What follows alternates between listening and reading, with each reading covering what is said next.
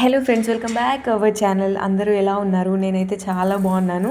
ఈ వీడియో వచ్చేసి మనకు అమ్మవారి నవరాత్రులు అంటే మనకి వారాహి అమ్మవారి నవరాత్రులు జరుగుతున్నాయి కదా, అప్పుడు అందులో ఒక రోజు అన్నమాట. సో నేను ఒక రోజు బెల్లం దీపం వెలిగించాను, దాని గురించి టాపిక్. సో ముందు రోజు నైటే నేను కిచెన్ అంతా క్లీన్ చేసేసి పడుకున్నాను. నెక్స్ట్ డే మార్నింగ్ ఇల్లంతా క్లీన్ చేసేసి నేను కూడా ఫ్రెష్ అయిపోయి ఇంకా ముగ్గు వేసి కడప అదంతా మనం నార్మల్గా పూజ టైంలో ఏమేమి చేస్తామో అవన్నీ కంప్లీట్ చేసేసుకున్న తర్వాత బెల్లం దీపం వెలిగిద్దామనేసి అనుకున్నాను. యాక్చువల్గా అయితే కంద దీపం వెలిగించాలన్నమాట. కాకపోతే ఏంటి అంటే నేను నార్మల్గా కొన్ని యాప్స్లో చూశాను, ఇందులో కూడా అవైలబుల్ లేదు కంద ఆర్డర్ చేద్దామంటే. అదే రోజు మా ఆయనే నార్మల్గా మా హస్బెండ్ ఎక్కడికంటే ఇట్లా వెజిటేబుల్ మార్కెట్ ఉంటుంది కదా, అక్కడికి కూడా వెళ్ళారు. అక్కడ కూడా దొరకలేదు. ఇంకా సో బెల్లం దీపం అనుకున్నాము, ఫస్ట్ కంద దీపం అనుకున్నాం అన్నమాట.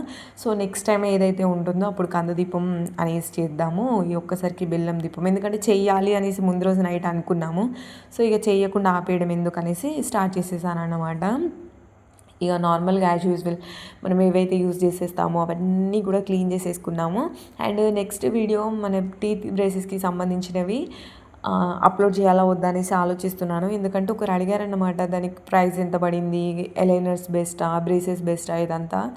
సో అదంతా చేయాలా వద్దా అని ఆలోచిస్తున్నాను. కొంచెం కామెంట్స్ చేస్తే దాన్ని బట్టి నేను అంటే ముందు వీడియో ప్లాన్ చేసుకుంటాను అన్నమాట. ఇక్కడ వచ్చేసి నేను నార్మల్గా మనం కలశంలో వాటర్ పడతాం కదా, అందులో పసుపు కుంకుమ ఇంకా అవన్నీ నార్మల్గా మన వెంకటేశ్వర స్వామి అప్పుడు ఎలా చేసామో వ్రతము ఆల్మోస్ట్ అలానే చేశానన్నమాట. సో వరాహి అమ్మవారికి ఎలా అంటే నార్మల్గా వెజిటేబుల్స్ ఎక్కువ పెడతారండి, కూరగాయలు ఒక రోజు పెడతారు కదా సంథింగ్. సో నేను ఇప్పుడే పెట్టేద్దాము ఇంకెలాగో చేస్తున్నాను కదా అనేసి కొన్ని ఫ్రూట్స్ ప్లస్ కూరగాయలు కలిపి పెట్టేశాను. అది కూడా నేను ఫస్ట్ పూజ అంతా అయ్యాక చూసి ఇంకొక 2 ఫ్రూట్స్ యాడ్ చేశాను అనమాట. ఫస్ట్ లేవు అనుకున్నాను, కానీ తను కూరగాయల మార్కెట్కి వెళ్ళాడు కాబట్టి అవి కూడా తీసుకొచ్చాడట. నేను అంత అబ్జర్వ్ చేయలేదు, చూడలేదు. సో నెక్స్ట్ వచ్చేసి నేను ఇక్కడ ఇవన్నీ క్లీన్ చేసుకున్న తర్వాత మనకు బెల్లం దీపం పెట్టడానికి బెల్లంని తీసుకొని డైరెక్ట్గా దానికి హోల్డ్ చేస్తున్నాను అన్నమాట. ఇవి బెల్లం దీపం పెట్టడానికి డైరెక్ట్ బెల్లం మనకి కుందులాగా దీపం లాగా కూడా దొరుకుతుందట. నాకు తెలీదు, నేను ఎప్పుడు చూడలేదు. నేను పెట్టడమే అంటే దీపం మనకి బెల్లం దీపం స్టార్ట్ చేయడమే ఇదే ఫస్ట్ టైం అన్నమాట. సో నాకు అది తెలీదు. ఈ నెక్స్ట్ టైం చూద్దాము. కందదీపం అనుకుంటున్నాం కాబట్టి కందదీపం ఎలా ప్రిపేర్ చేస్తారో బెల్లం దీపం కూడా అలానే బెల్లం మన ఉండలాగా ఉంటుంది కదా, దానికి హోల్డ్ చేయడమే అన్నమాట. హోల్డ్ చేసి మన పువ్వొత్తులు అంటారు కదా, అవి మిడిల్లో పెట్టేసి మనకు ఆవు నెయ్యి ఉంటే ఆవు నెయ్యి, లేదంటే నువ్వుల నూనె, ఈ రెండిట్లో ఏది అవైలబుల్ ఉంటే అది. నేను ఎక్కువ నువ్వుల నూనెతోనే ప్రిఫర్ చేస్తాను, ఎందుకంటే ఆవు నెయ్యి ఎక్కువ మేము తీసుకొచ్చుకోము. నార్మల్గా ఇప్పుడు ఇంట్లో వాడే మిల్క్తో నెయ్యి చేస్తాం కానీ అది యూజ్ చేయలేదన్నమాట, అది ప్రసాదాలకు యూజ్ చేస్తాను. ఇక్కడ వచ్చేసి ఇంక అన్నిటికీ కూడా ఎలా అయితే మనం బొట్లు పెట్టి ప్రిపేర్ చేసుకుంటామో, అయితే బెల్లం దీపంకి మొత్తం పసుపు రాశానన్నమాట. ఫస్ట్ నేను కొన్ని పసుపు కొంచెం నీళ్ళు వేసి కంప్లీట్గా పసుపుతో పూదిచ్చేసి తర్వాత ఒక 5 బొట్లు పెట్టుకున్నాను. ఇంకేదో చెప్పాలనుకున్నాను కానీ వీడియో తీసి 4-5 డేస్ అయిపోయింది కదా. ఓకే, నేను తర్వాత అమ్మవారికి నార్మల్గా పరమాన్నం ఇష్టం అని అంటారు కదా, సో అదే ప్రిపేర్ చేద్దామనేసి ఇంకా మన సంగతి తెలిసిందే కదా, కుక్కర్లోనే వండుతాం మనము. సో చేసేసాను అన్నమాట. ఇందులో డ్రై ఫ్రూట్స్ కూడా కొంచెం కొబ్బరి కూడా వేసాను, ఎండు కొబ్బరి. ఇవన్నీ నార్మల్గా నెయ్యిలో ఫ్రై చేసుకొని వేసుకున్నాను. బెల్లన్నం తీయగానే ఉండాలి కదా, సో కొంచెం ఎక్కువగానే ఎలా అంటే కొందరు బెల్లన్నం తింటారు కానీ తీయగుండొద్దు, భక్ష్యాలు తింటారు కానీ తీయగుండొద్దు, అలా ఉంటారు కదా. నేను అలా కాదన్నమాట, తీయటి లాగానే తింటాను, కారం లాగానే తింటాను. సో అందుకోసం అనేసి కొంచెం ఎక్కువగానే బెల్లం వేసుకున్నాను అన్నమాట. నా వాయిస్ చాలా చేంజ్ అయింది, ఎందుకంటే సీజనల్ చేంజ్ వల్ల, అట్మాస్ఫియర్ వల్ల నాకు కొంచెం జలుబు అవ్వలేదు, బట్ అయినట్టుగా వాయిస్ చేంజ్ అయిపోయింది అంతే. కొంచెం అడ్జస్ట్ అయిపోండి, మీకు ప్రతిసారి చెప్పేది నేను ఇదే కదా, సో అడ్జస్ట్ అయిపోండి. సో మనకు రైస్ ఉడికిన తర్వాత బెల్లం వేసి కలిపి బెల్లం మొత్తం కరిగిన తర్వాత కొంచెం దగ్గరికి అయ్యాక స్టవ్ ఆఫ్ చేసి ఒక 5 మినిట్స్ అలా పక్కకు వదిలేసిన తర్వాత నేను పాలు వేస్తాను, ఎందుకంటే పాలు పగిలిపోతాయి. నాకు ఎందుకో బెల్లన్నం నార్మల్గా పరమాన్నం అంటారు, మాకు బెల్లన్నం అలవాటు. సో బెల్లన్నం వండినప్పుడల్లా పాలు డైరెక్ట్గా పోస్తే పగులుతాయి అన్నమాట. సో నేను ఒక 5 మినిట్స్ పక్కకు దించేసిన తర్వాత పాలు పోసి మళ్ళీ కలిపి ఒక 5 మినిట్స్ వదిలేసి మళ్ళీ వేడి చేస్తాను. ఇంకా నెయ్యిలో మనకు డ్రై ఫ్రూట్స్ ఏం తీసుకున్నాను, కాజు, కిస్మిస్, బాదం, మన ఎండు కొబ్బరి తీసుకున్నానన్నమాట. ఇంకా అవి కూడా అందులో వేసుకున్న తర్వాత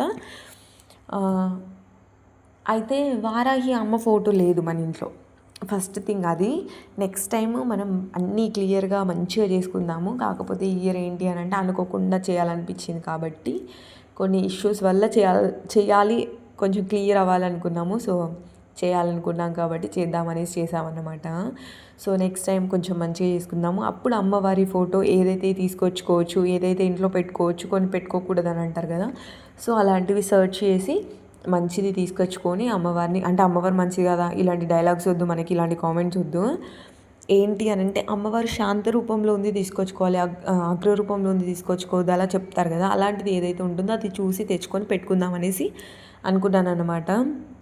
నేను ఫస్ట్ శారీ కట్టుకున్నాను. అయితే అమ్మవారికి రెడ్ కలర్ ఎక్కువ ఇష్టం అంటారు కాబట్టి రెడ్ కలర్లోనే శారీ కట్టుకొని పూజ చేసుకుంటున్నాను అనమాట. ఇంకా పాపకు ఆకలిస్తుంది కదా అనేసి ఫస్ట్ అయితే పాపకి దోశలు వేసి పాపకి తినిపించేశాను.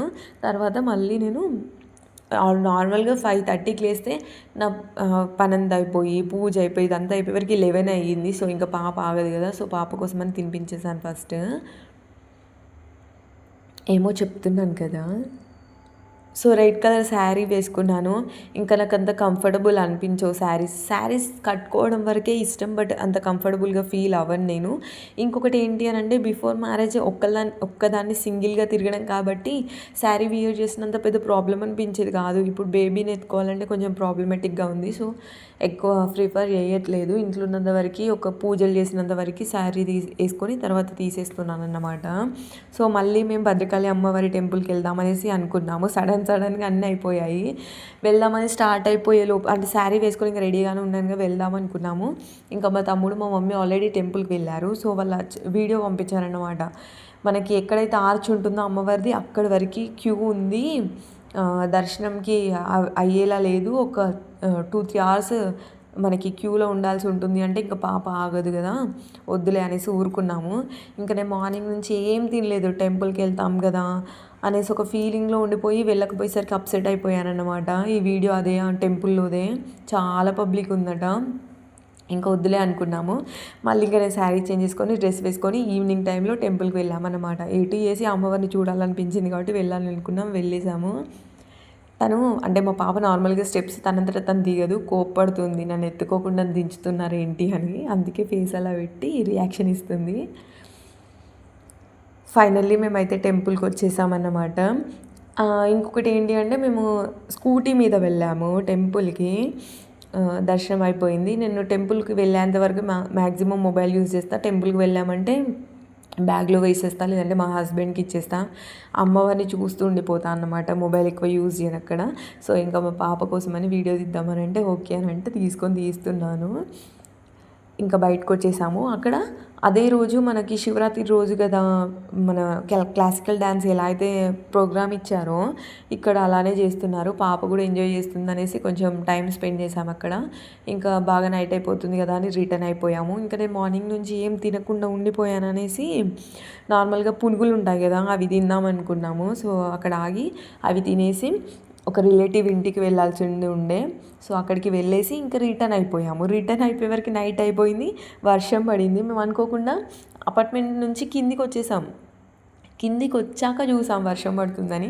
ఇంకెలాగో స్టార్ట్ అయిపోయాం కదా వెళ్దామనేసి తడుచుకుంటూనైనా వెళ్ళామన్నమాట.